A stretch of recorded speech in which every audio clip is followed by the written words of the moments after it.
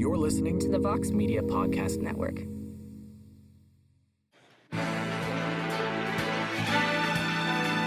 Live from MMA Fighting Studios, this is Between the Links. And now, your host, Mike Heck.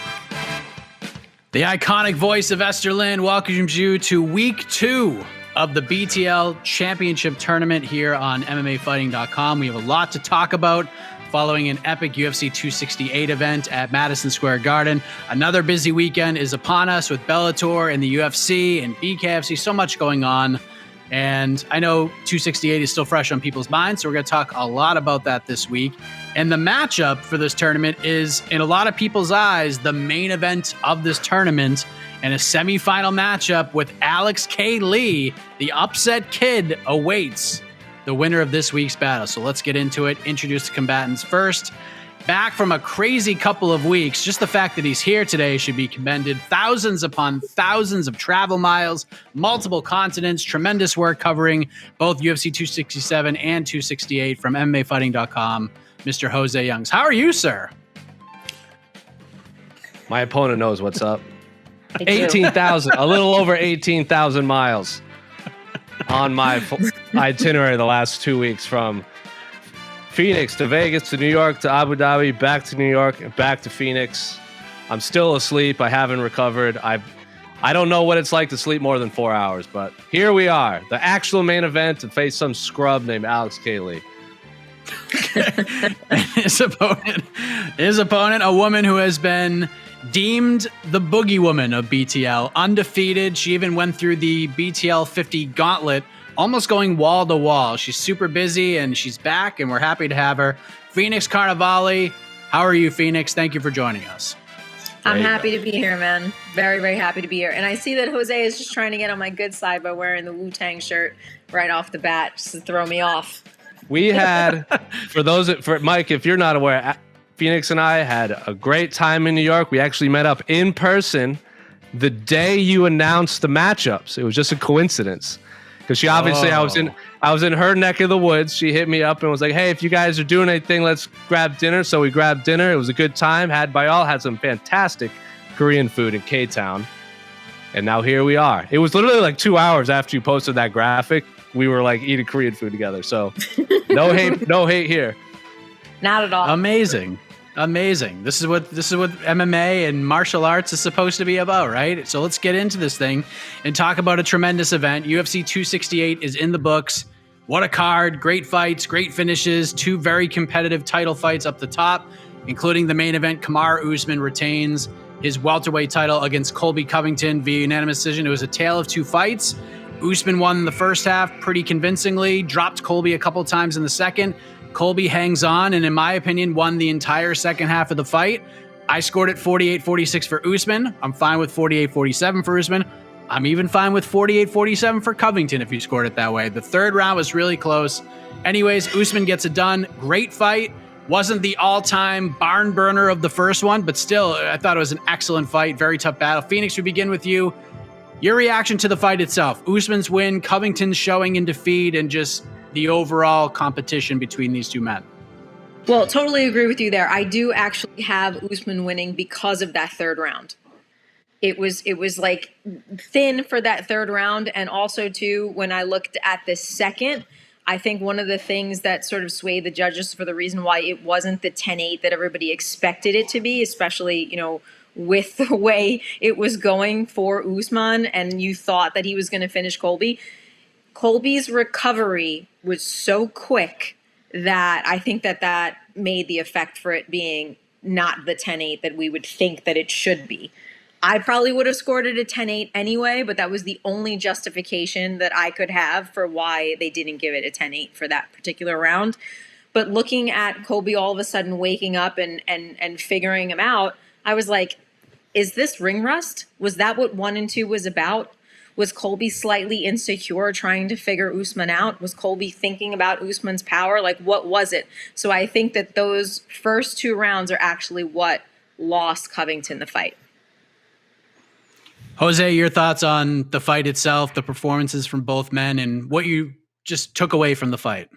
What I took away from the fight is both men are just the absolute best at mid-fight adjustments at 170 pounds. I mean, this was a fight where people were actually texting me like, how's the fight looking? Like, I'm not watching, but like people in the non-MMA sphere, because they obviously, they either hate Colby or I've heard of Kamaru. They were actually messaging me. And I think it was like the second round, whatever that 10-8 round was, I'm like, man, I don't think Colby is going to survive outside of 3, because Kamaru was putting the beating on him. Like pretty much any time Colby stepped forward, he was walking into some sort of damaging blow from Kamaru Usman. And he not only did he make adjustments to avoid those strikes, he was actually, there were moments like he was connecting against Kamaru, and then Kamaru was also making adjustments. I actually think Colby scored that takedown. I don't care what UFC says. When Daniel Cormier says that's a 2, I believe the Olympic wrestling captain Daniel Cormier. But two completely different fighters, completely different fight. They both changed camps because, like, if you remember that first fight, as thrilling as it was not a technically sound fight. Like, it was very, I think Casey said it was like very sloppy kickboxing. It was a fun fight to watch, but all they had to do was this once, and that fight is over. That whole fight is different. The first, if one fighter just does that, and this fight, both fighters actually showed some sort of defense rather than just walking through jabs. So completely different fight. I had it 3 rounds to 2 Usman, and that I won't argue for 10-8s or what, because the correct fighter won on my scorecards. But clearly the best 2 welterweights in the world. I know people are all on the Hamza train and Leon train, but with what we have on paper, they're easily the 2 best welterweights walking planet Earth right now. So we had sort of part 2 of this question was going to be what's next for Kamaru Usman, because before 2 hours ago, as we record this right now, it seemed kind of obvious what would be next for Covington and what the schedule was looking like, but schedules change in MMA all the time. Things happen. We can't always get what we want. Jorge Masvidal is out of his fight with Leon Edwards at UFC 269 on December 11th. So either way, Colby Covington was getting Masvidal, win or lose. That's the fight to make. It's so easy. And Leon Edwards, in a fair and meritocratic world that doesn't always exist in the UFC, Edwards should be next for Kamaru Usman. Whether he beat Masvidal, doesn't fight Masvidal, it doesn't matter. But as we've seen in the past, nothing is set in stone when it comes to Leon and getting a title fight, even in this situation. So, Jose, let me ask you, outside of, I just don't even understand at this point, even with everything going on right now, Masvidal being injured, Leon without a dance partner for UFC 269, how confident are you right now that Kamaru Usman's next fight will be against Leon Edwards? And if not, who do you think is going to be next? It's definitely not going to be Leon Edwards. I'll tell you that much. It should be Leon Edwards. That's another argument. Because, like, I think I screenshot his Tapology page. Like, who did Leon Edwards piss off? Like, all of his, like, the last few fights, it's like, he loses out on Woodley. He loses out on 2 Hamzat fights. The Diaz fight gets rescheduled for, like, a month later. Lose out on Masvidal. So, even if the UFC does the right thing, which is also, like, a far reach, and gives Leon Edwards the fight, I don't even think the fight's gonna happen. Like, as I've said a million times, the fight doesn't matter until both men are in the octagon. With Leon Edwards, that fight isn't official until the bell rings. I don't even care if the octagon is locked behind him, because Leon Edwards has the worst luck in the world. So for all he knows, he can blow out his knee walking up the stairs into the octagon, and then he goes through all of that. And if it's gonna happen, it's gonna happen to Leon Edwards. So it should be Leon. Whether the UFC books Leon fight, I think it's 50-50. Whether that fight happens, I'm not very confident giving Leon's track record right now and just the unfortunate string of bad luck that's been plaguing him. What do you think, Phoenix? This isn't a what do you think should happen question. This is a what you think will happen kind of question. Like, if I handed you $20 right now and said, you need to bet this $20 on who Kamaru Usman's next opponent is, are you putting that $20 on Leon Edwards? Maybe. But hear me out. Hear me out. I think Kamaru is going to take an extended break. I think based off what he said at the end of that fight, he might say, you know what, I just want 6 months off. Or maybe he's being emotional, because I don't know if you guys have ever competed before. There's a feeling that you have at the end of a fight where, you know, the fight life is a selfish life. So if you have families, friends, significant others, you're kind of a selfish bastard for several months. as you're going through fight camps. Your head's in a certain place. You have to maintain this very selfish fighter focus. So maybe he needs like a somewhat of a break from that, because the last break he had, he was dealing with injuries. So he takes a break, so that mixes up that division. So what happens here? Does Edwards say, I want to wait? We know how Dana White feels about waiting based off of the Carla Esparza comments. Does he rematch Bilal Muhammad, who's up for it? Hamzat says he's up for it. I'm not a fan of that, by the way. That's a whole nother story. What happens within the mix here? I would like for it to be Leon Edwards. One, I think it's fair, and two, they haven't fought since 2015. And if we've seen Kamaru's adjustments and the way he's leveled up from the Colby fight, what would he be like against Leon Edwards again? I mean, does he completely smash the guy? Like, what does it look like? What does Leon Edwards even look like at that point? So I hope it happens, but I think maybe there's an interim situation that happens. Maybe there's a wider break. Or maybe Usman says, you know what? I was emotional that night. I just need 3 months with my kid, a trip to Disney World, and I'll be back in the gym. So I kind of think a lot of this relies on what Kamaru wants to do. I'll give my opinion on this after we give away the point, but I do want to bring this up before we move on because there's so much to talk about coming out of this card, so many storylines. Everybody, as it always happens to be in the sport, loves to play the comparison game. Usman versus GSP. Is GSP better? Is Usman better? Is GSP the best welterweight ever? Is Usman the best welterweight ever? Phoenix, sure, it's sports. We all love to have the LeBron versus Jordan debate, right? Who's the greatest of all time? And I hate that LeBron versus Jordan question because the leagues were so different. The style of play was so different. Prime Jordan would be even better in today's NBA. And LeBron, who knows, because he'd be getting clotheslined every time he walked to the basket in the 80s and early 90s. So how would he do? I'm not really sure. I just know that Jordan would be even better playing in today's NBA in his prime. I hate that debate because although it's fun, it's almost unfair to both guys, in my opinion. So is it unfair to try to compare Usman to GSP because of where they fought, the timing, the opponents, where the division was? Or is this just sports and this is just fun and we should just have these conversations all the time? I think we should have these conversations because when we have these conversations, we give both athletes the credit that is due because we think about them and we think about it categorically, right? Like this, I know Jose will get the analogy, but when you think of like who's the greatest rapper of all times, first you'll go by like record sales and then you'll go by like lyricists. So if we're going by say like skill categories, you can say, well, GSP was the first guy that we said was seamless, that had the wrestling and the kickboxing and all of the stuff at the same time, right? But he faced way different competition as the sports evolved than Kamaru has. Towards the end of George's career, he had more octagon time, but now Kamaru has more finishes. Also, George has more tight defenses, but George got the title earlier in his career. So there's so many different things that we look at that you have to base it off of category, and it's still really hard to say. Also, George is sort of in the zeitgeist of MMA. He would be one of those people that would be on the Mount Rushmore, and he's quotable, where Kamaru isn't quotable yet. Kamaru doesn't have the "I'm not impressed with your performance" quotes or anything like that. He doesn't have that type of stuff yet, you know? He hasn't fought Captain America yet. So he hasn't embedded himself into pop culture yet.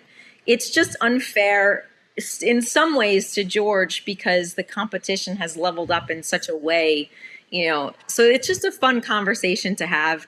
And when you say like, who's the better welterweight, you could say Kamaru, but I would almost say not yet because we usually appreciate our athletes more in hindsight like we do George. And let me just be clear. I don't mind the conversation. I don't mind it. Some people get all up in arms about the conversation. And it's crazy. But your thoughts on the whole GSP Usman debate, Jose? Is this like a fair comparison? Like we can have our opinions and talk about it. It's barbershop talk, but in the overall scheme of things, like is this fair to both fighters? Yeah, sure. I mean, in the whole, like, it's similar to the Jordan LeBron thing. Like, it just comes down to greatness versus talent at that point in time. Because I think LeBron James is the most talented basketball player I've ever seen in my entire life. But Michael Jordan is just a greater athlete in the annals of time. Is Muhammad Ali the greatest athlete ever? Yes. Would he lose to Tyson Fury? Probably, but that's just a different argument. Because I would honestly, like, if you look at, like, people are comparing, like, oh, it's strength of schedule, this and that. Like, where Georges St-Pierre's opponents were at their point in their career, like what Koscheck, Jake Shields, Condit, Nick Diaz, Johnny Hendricks, like that's where they were when they fought GSP, and how competitive those fights were outside of the Hendricks fight, which a lot of people think GSP lost. Yeah. It's a lot of opponents that, would still find a lot of success in today's UFC. And Kamaru Usman on the other end is, how many people can have the most wins in the history of the UFC in a row? One. And Kamaru Usman is approaching that. If one more win, he ties Anderson, 2 more wins, he is the only person that can claim that. And I've said this a million times, wins and losses matter in MMA. As Demetrius Johnson said, how many double champs are there? At the time I think there were 2, DC and Conor McGregor, and then I don't remember if Amanda Nunes had gotten there yet. And he said, how many can claim most title defenses in a row? 1, and that's me. And I was like, well, yeah, duh. You're probably the greatest all-around talent we've seen in the last 5-6 years. So is it fair? Yes, but I think George is greater. But if those two fought in their prime, that's a different conversation. Mm-hmm. Yeah, see, that would be fun. I mean, if you want to play that game, you cannot take Kamaru Usman out of this discussion. He needs to be in the conversation. Is he there yet? What is, at worst, Kamaru is number 2. That's not that bad. I think he's definitely 2 right now. Yeah, he's past Matt Hughes. Like, that conversation's over at this point. It is still subjective, but he should absolutely be in everybody's discussion. And if he's not, you are wrong. So let's move ahead to the other big stories coming out of 268. I'll give my take on what's going to happen with the welterweight title picture in a moment. But the point for round 1 goes to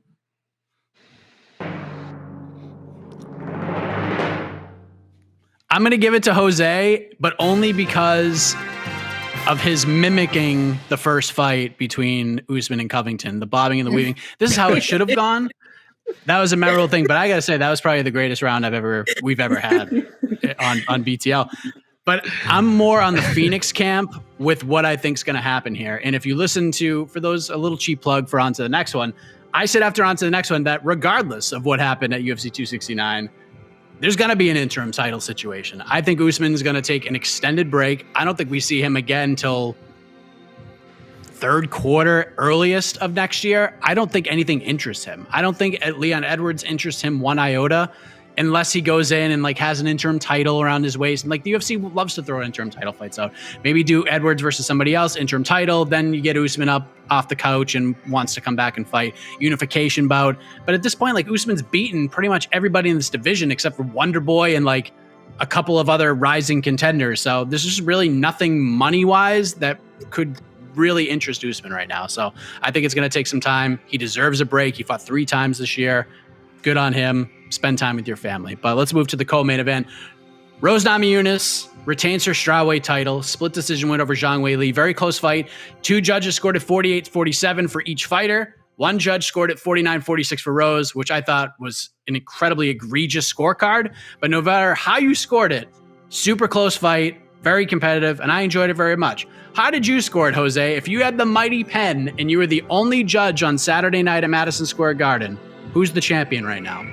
Probably Rose, 3-2. I don't remember exactly how I scored it because I believe they brought back Chito Vera for us to interview right when the fight started. So I think I missed the first round because there was a lot of Hispanic media back there interviewing Marlon Vera. But mine was 3-2, but I didn't watch like the first round and a half super closely. I know Weili had a lot of top control time and Rose had a lot of control time and all that stuff. It wasn't as thrilling as I was expecting, but at the same time, like I said, I wasn't as plugged into that fight.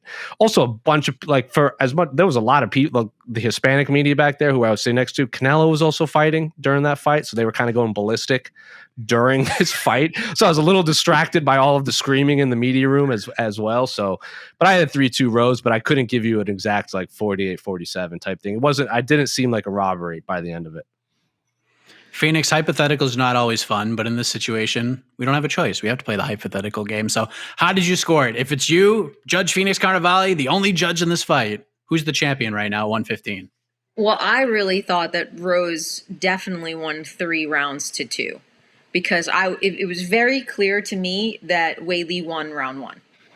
right? And then I think the round in question was what, the third round? I had to talk about this at like a woman's MMA website. So I like wrote down round for round. Yeah, and I definitely had Weili winning round 3 because of counter striking. I think one of the things that I was taking note of, why it always looks like Rose lands cleaner, and this is just like a physiological thing. I study a lot of sports science. When Weili punches, they're all short, and it's because she's kind of diesel. The bicep is short.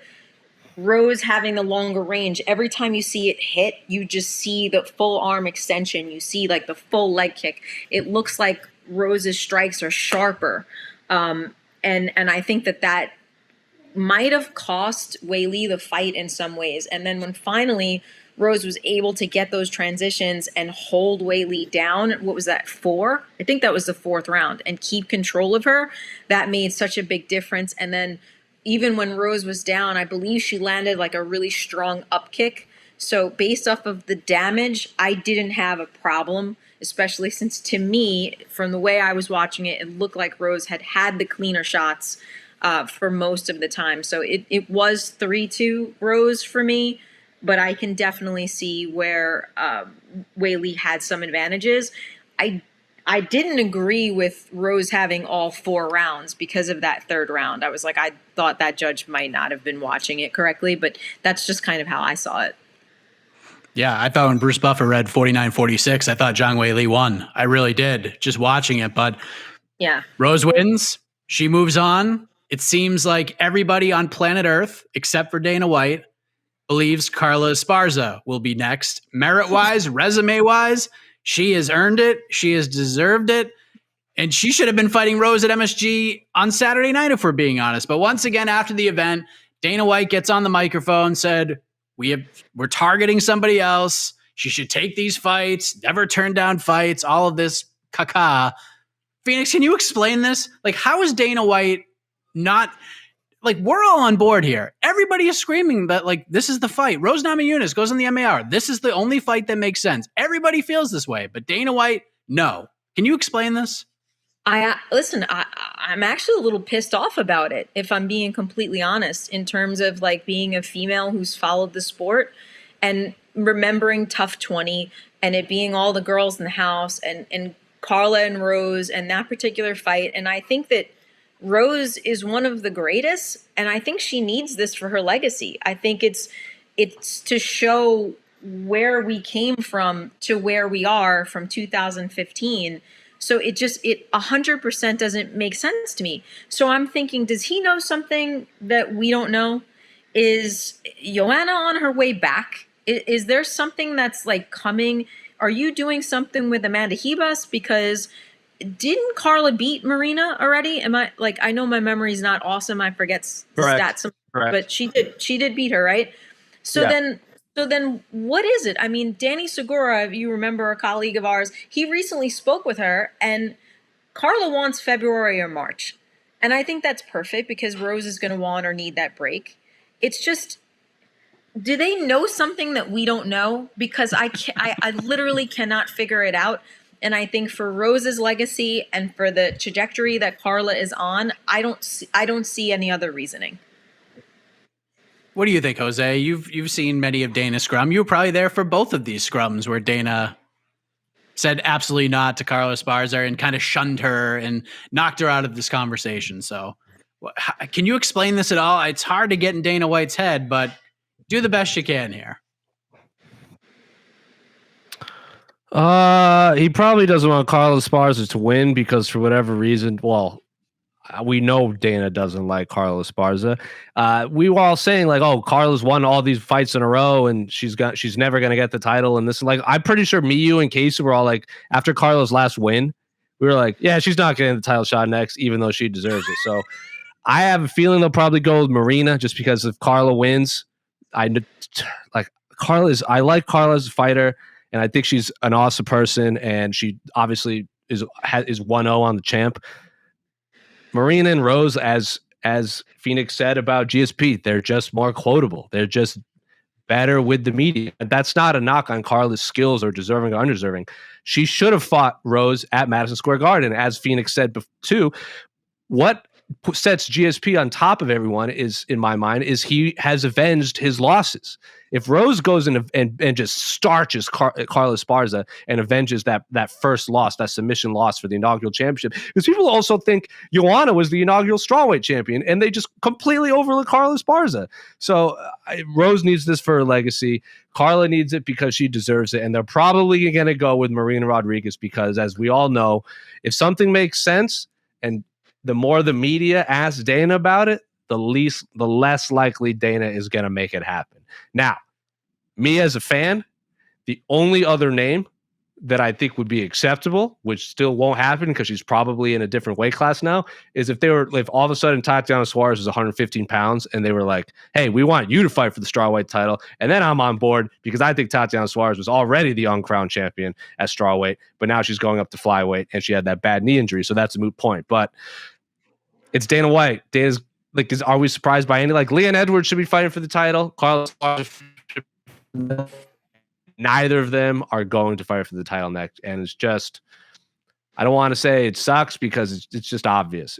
It's just going to happen again. As in, like we just saw an interim title that shouldn't have happened in August. So is anyone surprised by anything in MMA at this point? All right, so it sounds like Jose is saying this is not going to happen. So, Phoenix, true or false? When Rose Namajunas next steps back inside the octagon, standing across from her will be Carla Esparza. I say yes because I think Rose is going to do the right thing because Rose is that type of person and Rose wants this. And I think she'll say, I'm fighting Carla and continue to go for it and to demand it, and she may get her way because she is Rose and she deserves it. I also think that this is a bad look for women's MMA if that fight doesn't happen because it has a story and it already has footage and you can sell the story, guys. Like, what is the problem? So if Rose stands up for this and makes a big enough stink, I think it's a possibility. We shall see. It is insanity, absolute insanity, that we're even having to ask this question once again on this program, but here we are. March would be a good, because historically the UFC goes to Vegas in March, which was the site of their first fight. Like, if they're going to do it in March, that's the fight to make. Just all the storylines build there. But I don't know. 100%. But let's move on to the best of the rest of UFC 268. The point for round 2 goes to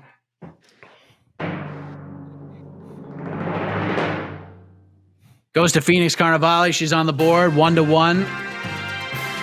Another very, very fascinating and very close round. I'm excited to see where this completely ends up.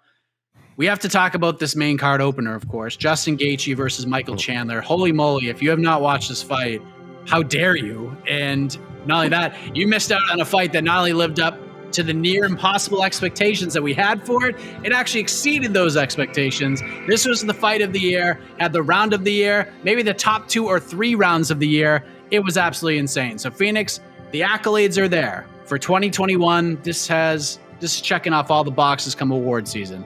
But when we think about all of the crazy, insane, best MMA fights ever, is this one of them? Is this a fight that we're going to be talking about for years and years to come? We talk about the craziest fights of all time. This one has to be in the discussion. I'll tell you this much, all right? It must be a pretty amazing fight I'll tell you this, my fiance was away, right? So he watched the fight on his own. So I get a phone call the next morning.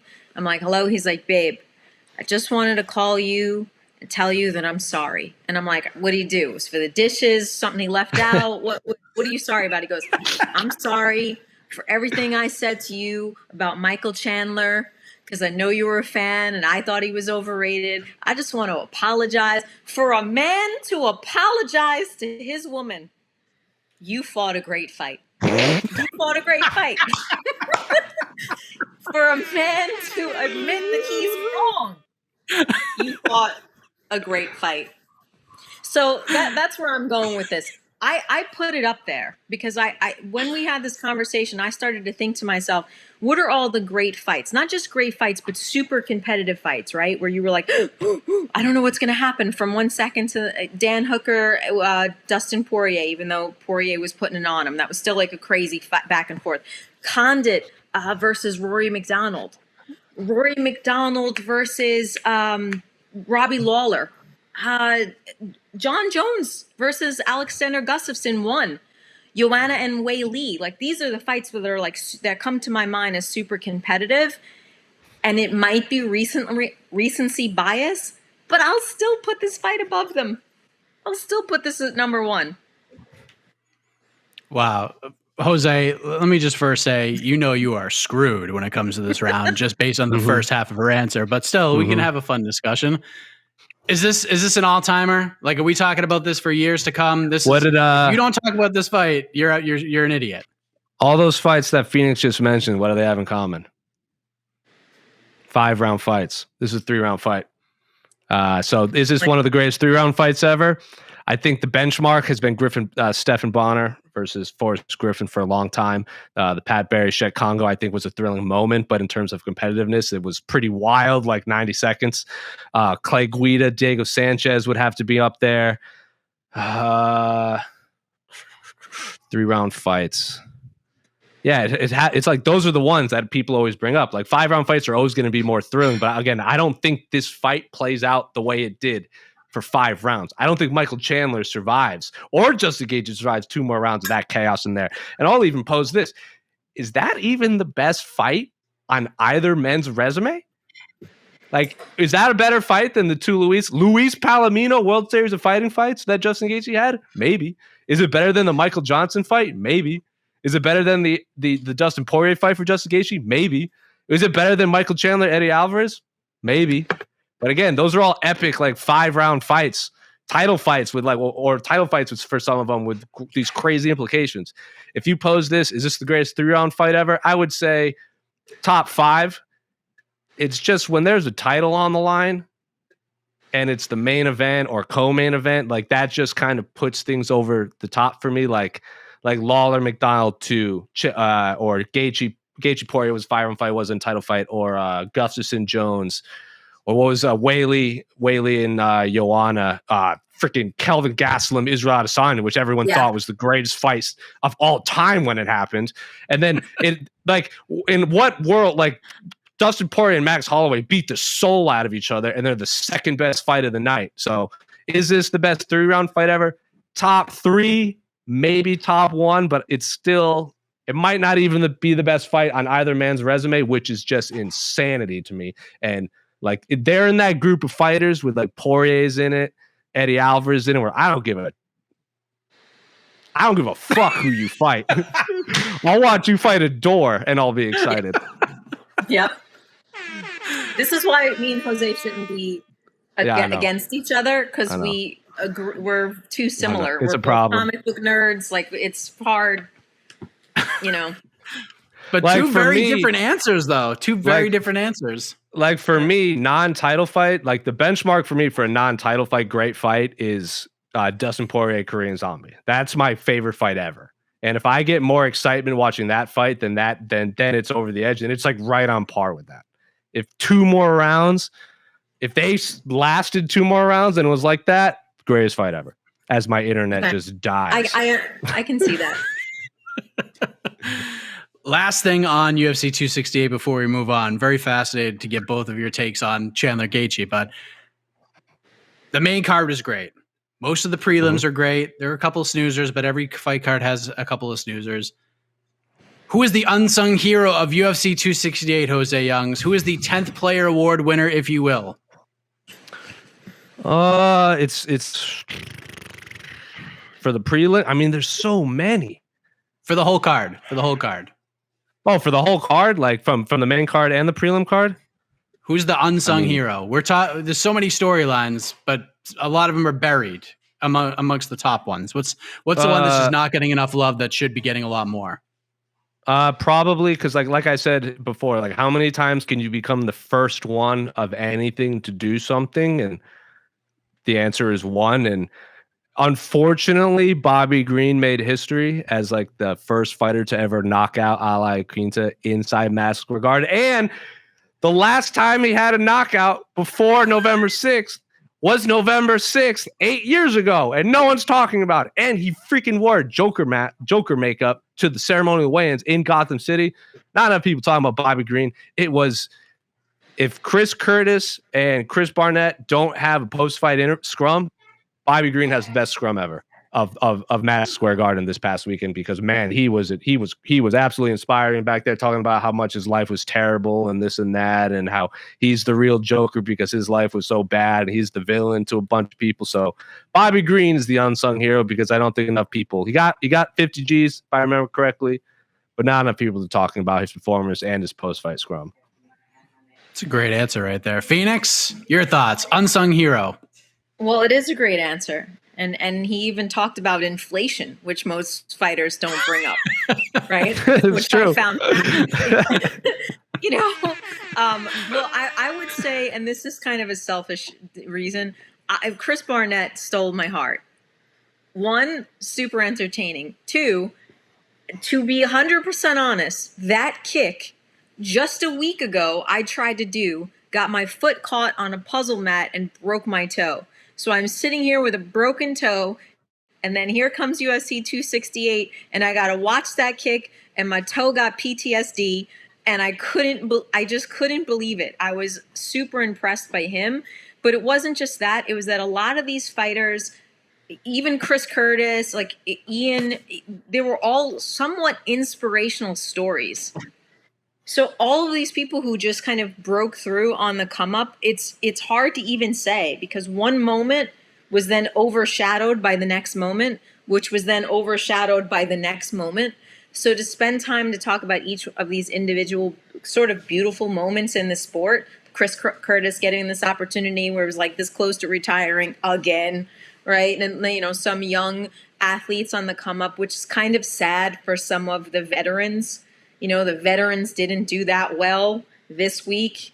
We had a veteran win, last week, and now we had the veterans all like, the Frankie thing was kind of tough for me to watch personally.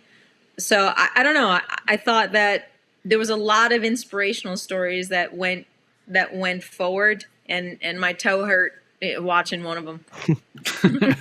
Well said. The unsung hero of the event might have been Francis Ngannou for throwing just the most quiet but gnarly shade in UFC history. That was amazing. Whoever took that video deserves a bonus, because that was a tremendous social media vid right there. But UFC 268 was a great card. Best of the year. Set the bar very high for 269. There is still one more pay-per-view, so that's a good sign. And 269 looks pretty good, even though it took a hit today. But let's move ahead to this weekend. We got more fights this weekend.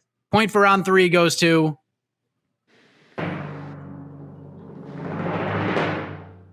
It goes to Phoenix, just because that first answer was so amazing.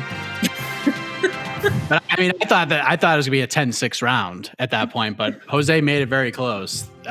He had me thinking about it. But let's talk UFC Vegas 42. I think this one is. Yes. It's on Saturday. Main event, the return of Max Holloway takes on Yair Rodriguez. Amazing fight at 145. Title shot on the line, more than likely. Right now, according to DraftKings, and this is mind-boggling to me, it's just weird to look at it. Max Holloway is a minus 720 favorite, and the comeback on Yair Rodriguez is plus 500. Jose, not just with the betting lines, and I get it. It's Holloway coming off one of the single greatest performances in UFC history in January against Calvin Kattar. Rodriguez hasn't fought in over 2 years. But this is the Holloway show in everybody's eyes. Even media members out there in Twitterverse disrespecting Yair, saying, hey, Max Holloway's fighting this weekend, guys. It's Max Holloway fight week. No mention of Yair Rodriguez whatsoever. What's up with that, Jose? Is this just full-on praise for Max Holloway, or is Yair just getting completely overlooked here? Because I find this a little bit fascinating. I think it's a little bit of both. It's out of sight, out of mind. I mean, Yair is easily like step for step, second for second, one of the more exciting, unpredictable fighters in the entire UFC, let alone the featherweight division. I think 2 years ago, if you would have told me 2 years ago that these two were fighting in the main event, I would have assumed it's for a title and Max Holloway was still the champion. Yair always, like, you heard the stories out of Jackson, like Izzy wrestling and everything, like when Holly Holmes beat Ronda Rousey, Izzy style wrestling right there was like, Yair's next. Like, so for years, we assumed Yair was going to get a title shot. But it's these long breaks between fights that kind of have done him a disservice, maybe in the eyes of the fans, that the talent is clearly still there. It combines with the fact that Max Holloway is one of those rare champions where he loses the back-to-back fights, and everyone thinks that he deserves the third shot. And then he doesn't get it, and he's still fighting, and he's just as exciting as ever. I mean, that Calvin Kattar fight was just the culmination of a beatdown. Like, that was tough to watch. And Max Holloway, like, I asked Dana and Max this, like, there are moments that there are epic and legendary fights, but then there are singular moments that you just see on Instagram and Twitter. Like, and Max Holloway he just walks and breathes that. Like those viral moments, the pointing at the ground against Ricardo Lamas, teaching Brian Ortega how to properly block in the middle of a fight, shouting, "I'm the best boxer in the UFC," and then no looking, weaving and dodging, and then blasting Calvin Kattar with the right hand. Like, Max Holloway is, outside of Justin Gaethje, which has been a dream fight of mine forever, I think Max Holloway is the most exciting fighter on the UFC roster in terms of just excitement that he brings. And like, he has such I don't think people realize how big of a crossover he has to the mainstream world. Freaking, like, he was on the announcement for Facebook turning to Meta. Facebook is like, everyone knows what Facebook in the world is. One of the biggest companies in the history of planet Earth. And Max Holloway is standing there speaking with Mark Zuckerberg about Meta, which is it's broke the internet for a hot minute. So I think it's no surprise. Max Holloway, I think, is one, if not, I think even Casey, like our colleague, he might even put Max Holloway as the best featherweight in the world. So we've said for a long time, anytime you can watch the best do anything, I'm going to be excited. I think Max is tied. Is that a way to say it? For the best featherweight in the world with Alex Volkanovski? And I selfishly want to see a third fight. Yair, at worst, is a top 5 featherweight in the world. It's unfortunate that he took these long breaks because he deserves a lot more respect from the fans. It's just he happens to be getting in a fist fight with Max Holloway. Way to plant your flag on the top featherweight in the world, Jose. I dig it. It's a tough conversation, though. That division is so tough. Volkanovski's so good. Holloway's so good. I don't know. I want to see those guys fight 15 times. But what do you make of this whole build, Phoenix? Because it just seems, like I said earlier, this is the Max Holloway show. Yair's just kind of there with him. What have you made of this whole thing? It's sort of that, pretty much what Jose said, the out of sight, out of mind thing. And it's one of those things where, unfortunately, Yair hasn't proven himself enough since that Frankie Edgar fight, because there was too much time in between. And because, yes, he had this amazing knockout, with the spinning elbow, I believe it was. It was a spinning elbow, right? Yeah, weird case. It was like a 6-12 elbow. It was amazing, and I watched it 1,000 times, and I'm sure it made SportsCenter and everything. But for everyone who was watching, I believe he was losing up until that point. So this is one of those things where a moment in time has haunted you because you haven't done enough to get past it. If you had one bad move, but you had a couple of good ones, people will always remember the one stinker. And it wasn't that it was a stinker, but with the fight against Frankie said a quote that still lingers in people's minds with, there's levels to this game. So because we haven't seen enough of Yair, people haven't seen what level he's at. And it is a shame because I don't necessarily agree with that. I think he's a dynamic striker. I think he's explosive. I think that, within 2 years, based off of some of the interviews that he's given, he spent a lot of time refocusing and training. And COVID was nobody's fault, and injuries happen very often in the game. And it just shows that timing has a lot to do with popularity just as much as where you are in the rankings. So he really needs to show out. So even if he does lose to Max, which, it looks like he will because Max is Max, He needs to show all of these improvements. He needs to show his gameness. He needs to keep hanging out within these top 5, top 10 guys and continue to grow. And he's young enough to do so. It's just, Max is Max. And because it's like if he doesn't get a third fight with Volkanovski, he's talking about 155. He's talking about other options. He's talking about conversations that he's had that he can't tell us about.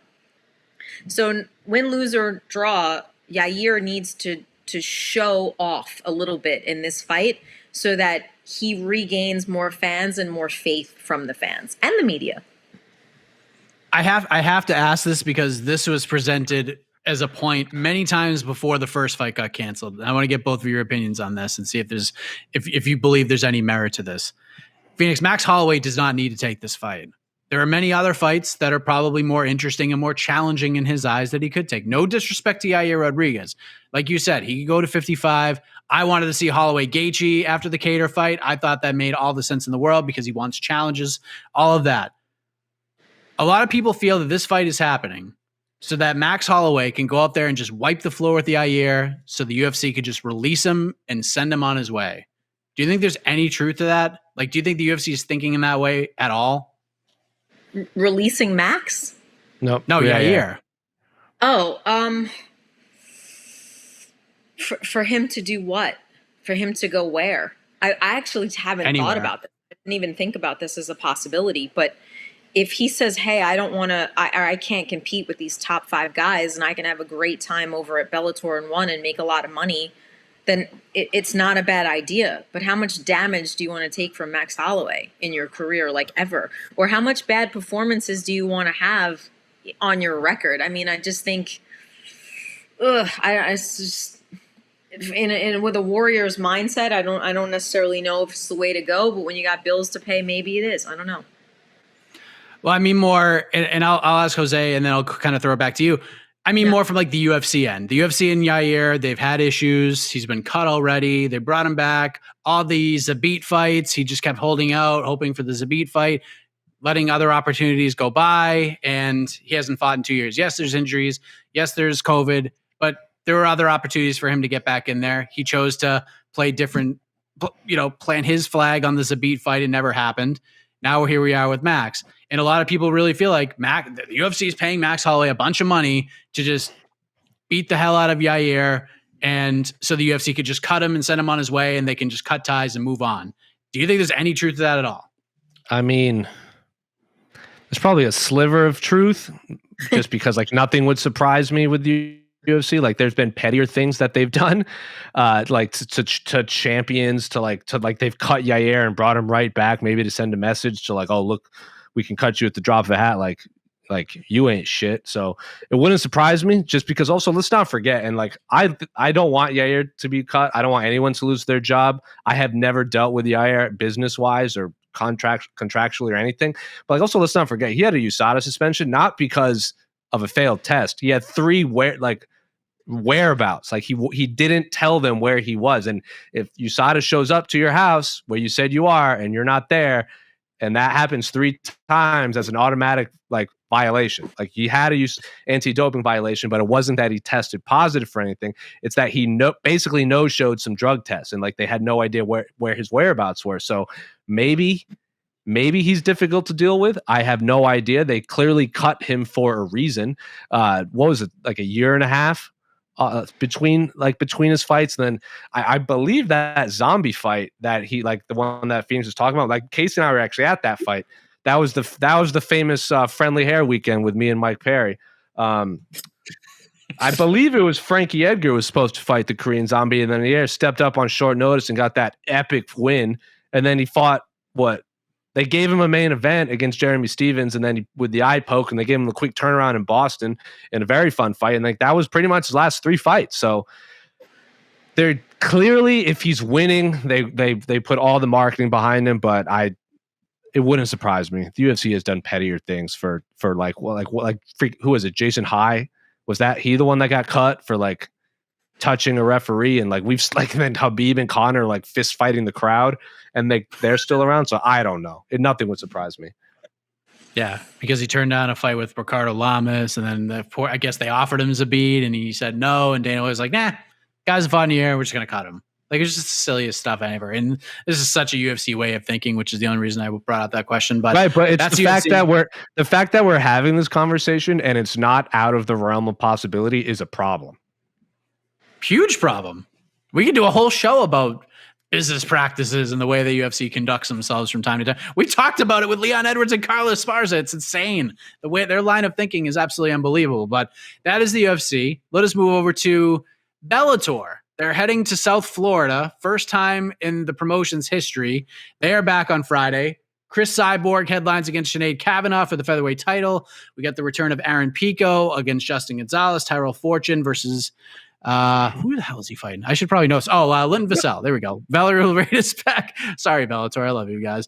Some pretty good fights for the South Florida debut. So Phoenix, looking at this Bellator card, top to bottom, I think we all know what to expect. No offense to Sinead Kavanagh in this main event, but looking at this card, what's the top storyline? Like, what question will you be seeking to get an answer to above all else on Friday? Well, okay, so the most obvious one is Aaron Pico's rise, and he is going against an undefeated fighter who is also really talented. I remember him from the LFA. It's Justin Gonzalez.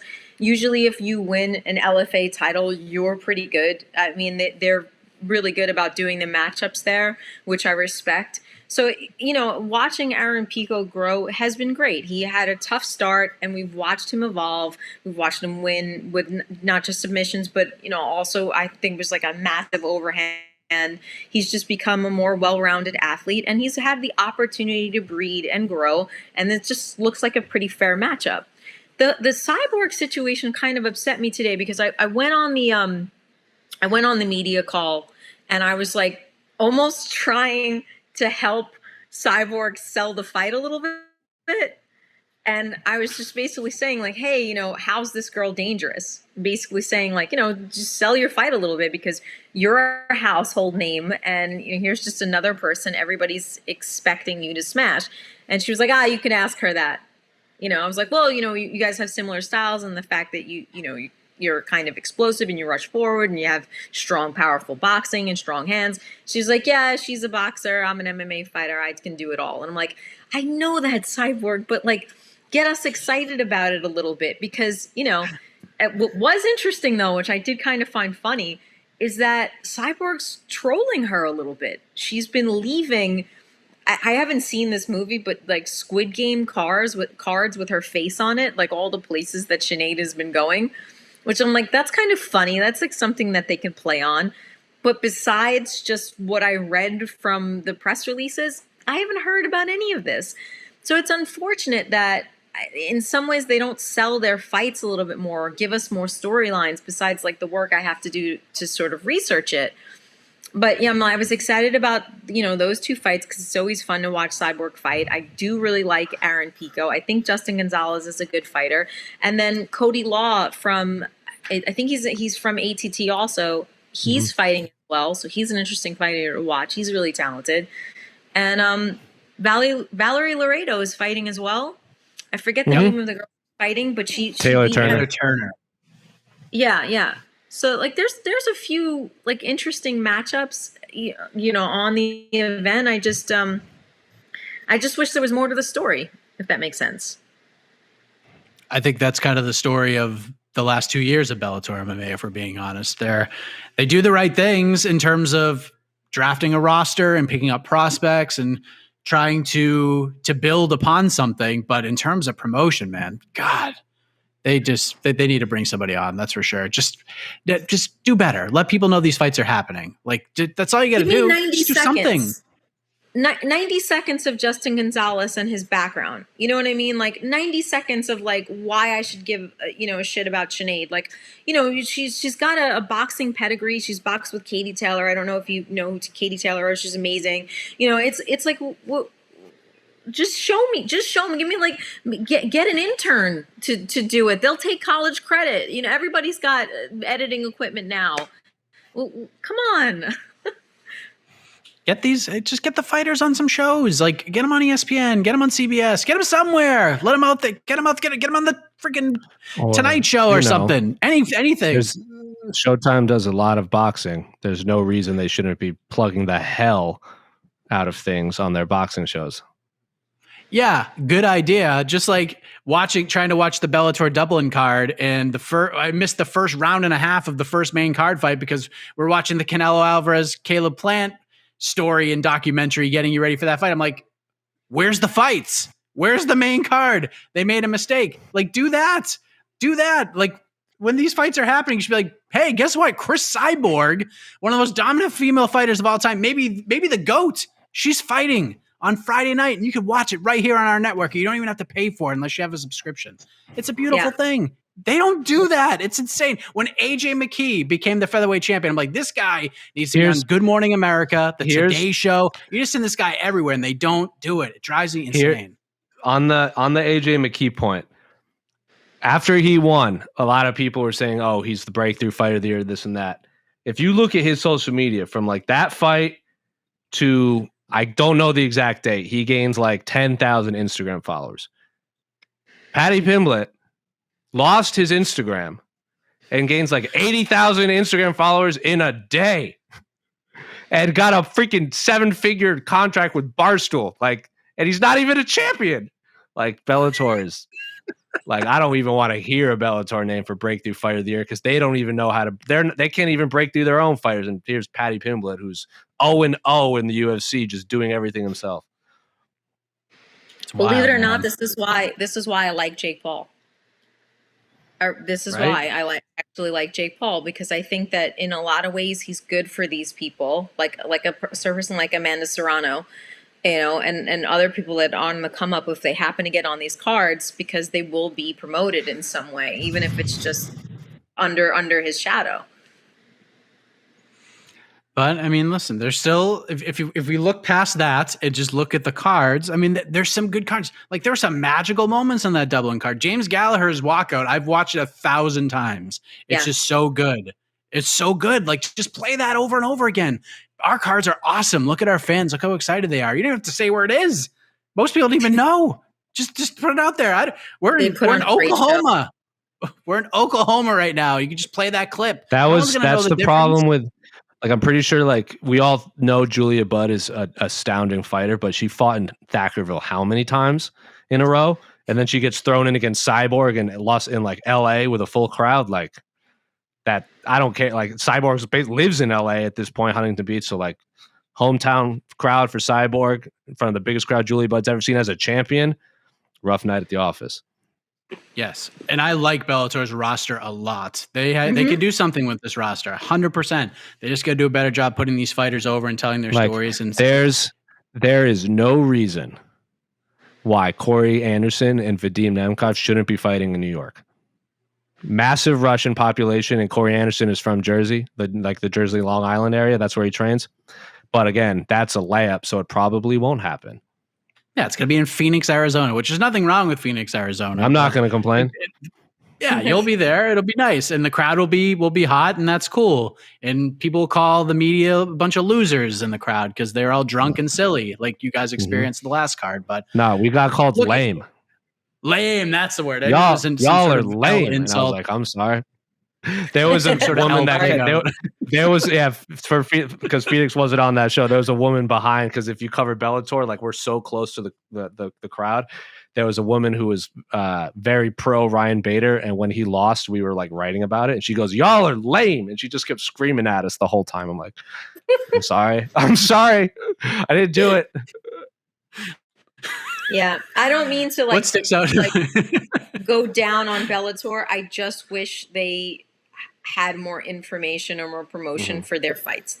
That's all. I think the shows are amazing. I think, I'm glad they're with Showtime now. I'm trying to find info on some of these people sometimes, and it's not that easy. Yeah, and the virtual media days they could be tough. Ugh. They could be tough to go through. I think we all know. But anyways, what sticks out to you, Jose? What's the top storyline on this card on Friday for you? What are you excited about?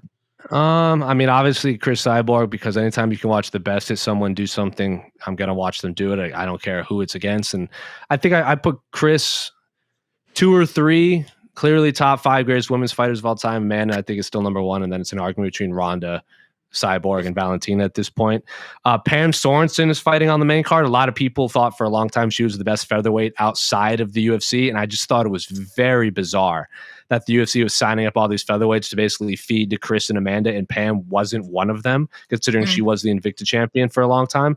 And then when she lost to Felice Spencer, right away the UFC signs Felice Spencer, and then Pam Sorensen just gets released and goes to Bellator. So happy she's on the main card, because Chris versus Pam fight, I think, would be at least, I'm not going to say draw numbers, but it would be 2 Invicta champs. That's another story that Bellator can ignore. Sinead Kavanaugh, I think the one that's like Conor McGregor tweeting about her is the one aspect of this fight that like Bellator probably loves, because they're getting some plug from Conor McGregor. And then Mahmoud Fauzi, is that how you pronounce his name? Isn't he he's like this hardcore Egyptian wrestler who's like 3-0, 2-0 MMA. I think he's fighting on the YouTube prelims. Is that where they're shown? So I'm excited to watch him. I think he's the first fight of the card. So I guess I'm interested to see how he does, mostly because anytime you can get a crazy like wrestler from that part of the world to jump over into MMA, I'm going to pay attention. So I think I like how they're doing the slow build right now. And so there's big names, but I don't think any fight that I'm like, oh, I can't miss this fight. Not like McKee and Pitbull, or the Fedor fight, or Nemkov and Bader and Anderson. So this is a fight card, and I'm glad Florida is getting it. Valerie Loera will draw a lot of numbers, and people stick around to watch Chris Cyborg fight. Yes, and if you're watching this right now, if you want to hear more from Valerie Loera, very, very focused individual. She had a lot of really interesting things to say when I spoke with her earlier today, so go check that out on our YouTube channel. But it's a big decision right now. I feel like a judge in Madison Square Garden. I don't want to mess this one up. The point for round 4 goes to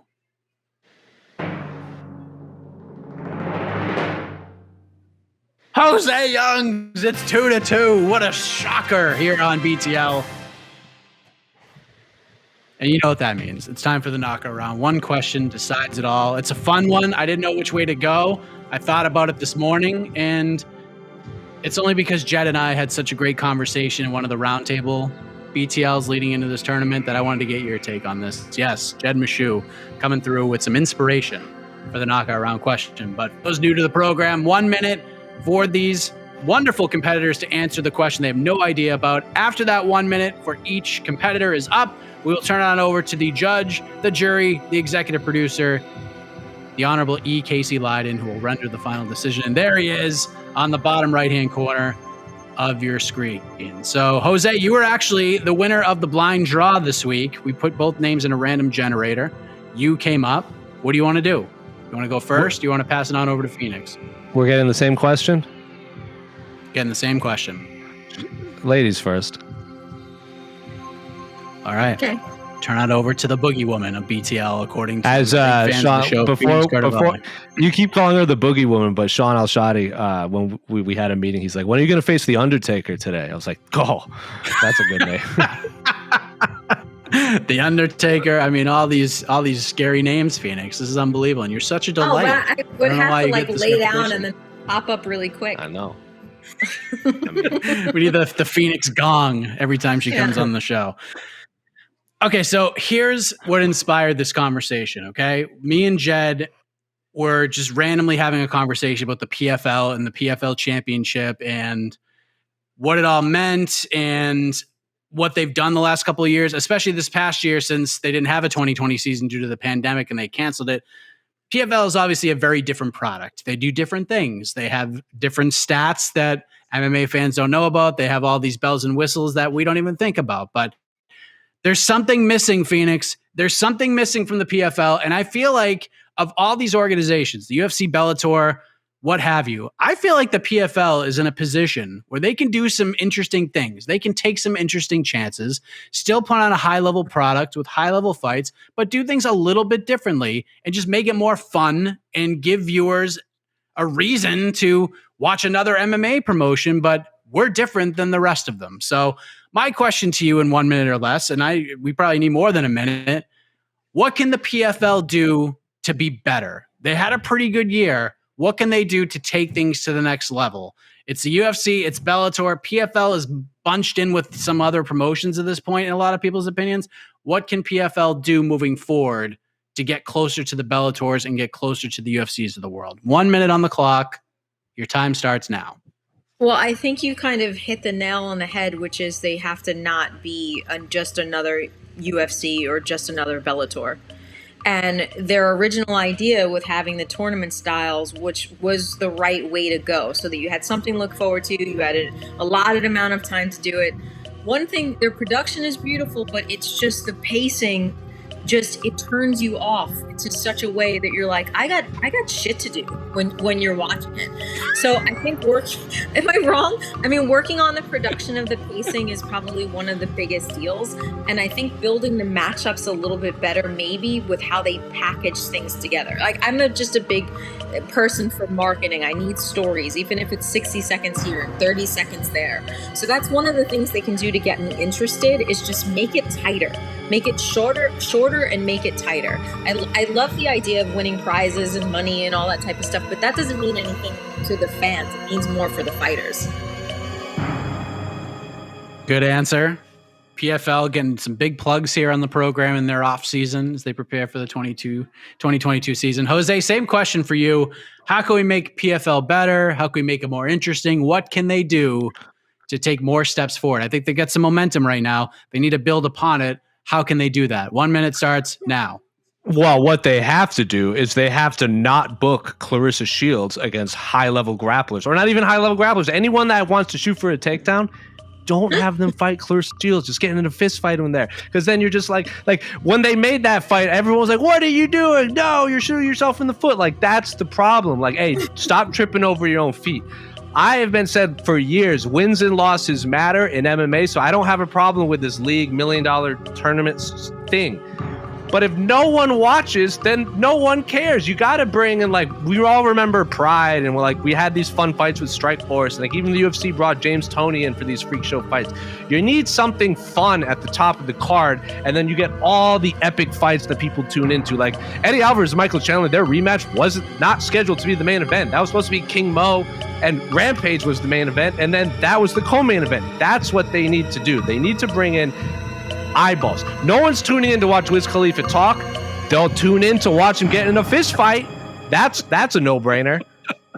Oh, I love it. PFL just took a step forward. I think Jed's ideas were good, talking about a bounty on Kayla Harrison. Like, every time she fights, you put $50,000 in a pool, and every time she wins, you add to that, and you just build the pot. So not only if you beat her for $1 million, you get all this extra pool money too. So it's extra motivation for those fighting Kayla. We had all sorts of fun ideas, a prize wheel, adding a gimmick for Kayla Harrison's fights. Like, she has to tie her left hand behind her back. Like, just fun things we can do. Just fun things to spice it up a little bit. Give Kayla a little bit of a challenge. Give us fans something to watch. Yes. Give me something like Quintet. Give me something like Quintet, where they did like Team Strikeforce versus Team WEC. Like, give me something bananas like that.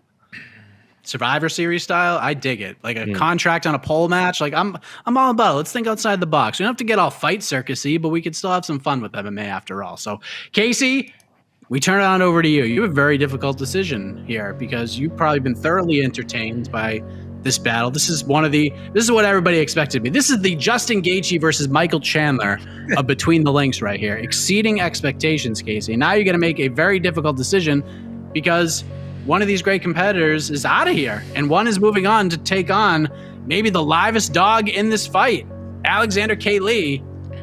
Jose's face, he hasn't seen AK all fired up. What do we got, Casey? Who's moving on? Who wins this Battle of the Titans? First of all, thank you for the wonderful competition. It was great. There are no losers here. Actually, there is going to be a loser, but yeah. There will be a loser. Yeah, unfortunately. And it's my job to decide who that loser is. Let's keep it positive. So, Phoenix, pacing. Jose, more fun. Bring some more names in. Get Wiz Khalifa, less rapping, more fighting. Oh man. Oh. All right. I made a decision.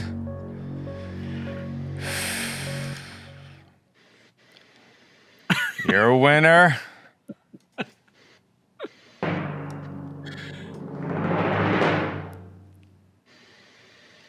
And still undefeated, Phoenix Carnevale.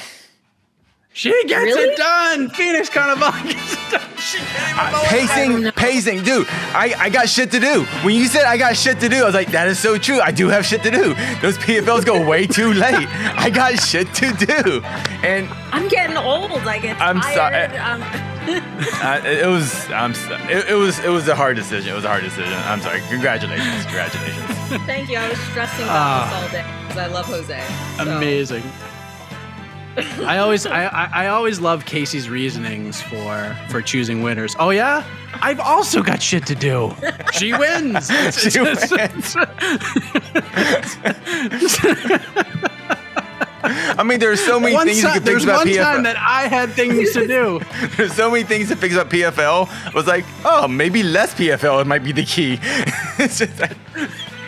Tighter PFL. Tighten it up. Tighten it up a little bit. What a battle. Tremendous battle. Hey, listen. We always need alternates. You never know what's going to happen, Jose. We'd love to welcome you back into the fold if needed. We'd love to have you come in as a special guest judge if needed. I mean, at worst, I'm the second best person in this tournament, which we all know is the answer anyway. Touche. Well said. Wow. Phoenix, you're going to face Alexander K. Lee in a few weeks' time in the semifinals. Would you like to say anything to the Prince of Positivity? A little message for Alexander K. Lee. You better study up. You better stretch. Be hydrated because we're gonna make this happen. Whoa! Sorry. Quick interruption. I just got an update. Oh, what? Hold on. Okay. Here we go. Hello. What? Hello. What? Wow. Phoenix Carnevale, I am not impressed by your performance. To quote another famous Canadian, listen, first of all right, good stuff. Well, the Latinos are here and we came to take over, right, Jose? Oh, boy. Got him. Listen, as Jose was kind of suggesting, a lot of people would have thought this maybe could have been the finals. And thank goodness it wasn't, because thank goodness we just got this one out of the way instead of building up this false anticipation. This matchup I was watching, guys. I know I was watching the show. It was so much agreeing, so much pleasantries. No one wants to see that crap. I cannot wait now. Phoenix, I have fought both Phoenix and Jose in the BTL cage before. This is a new man. I have embraced my role now as a fan favorite. As a man of the people. I don't need all this fancy research, this training you've actually done, these $5 words, the fact that, you're engaged, you have someone who loves you, unlike myself, who will very likely die alone. But let me tell you something, and Jose will appreciate this. A man without hope is a man without fear, and I have nothing to live for, and I'm coming for you. Wow. Well, You know what? Maybe you'll bring out the viciousness in me, which does exist only on the New York City subway system, but maybe we can bring it out here. See, the Raptors finally get a home game. AK gets a haircut, learns how to shave his own face, and he becomes an angry individual. It's amazing. And he kind of went to some dark places. So something to look forward to. What a matchup it's going to be. AK hungry. A lot of people overlooking AK, but he's taking it very personally. He's ready to shock a lot of people. The Matt Serra of this tournament, if you will. So looking forward to that matchup in a few weeks' time. Next week, Jed Meshew returns to the BTL cage, taking on a hungry up-and-comer, Alex Wendling, who took part in the BTL 50 Gauntlet tournament. She's competed in other events as well on this program. She returns to take on Jed Meshew. A lot of people feel like Jed's just going to run her over. She's seeing what everyone's saying. She's ready to go. So stay tuned for that. That'll be next week. And as far as this week's goes, we're done. We are done. What a show it was. For Jose, for Phoenix, AK, thank you for stopping by, my best friend. Always a pleasure to see you. Later, He said what everybody. he had to say. And for Casey on the judges, Casey on the ones and twos. I am ICAC. See you next week on Between the Links. Good night, everybody. This has been Between the Links, an MMA fighting production on the Vox Media Podcast Network. And this is not the iconic voice of Esther Lynn.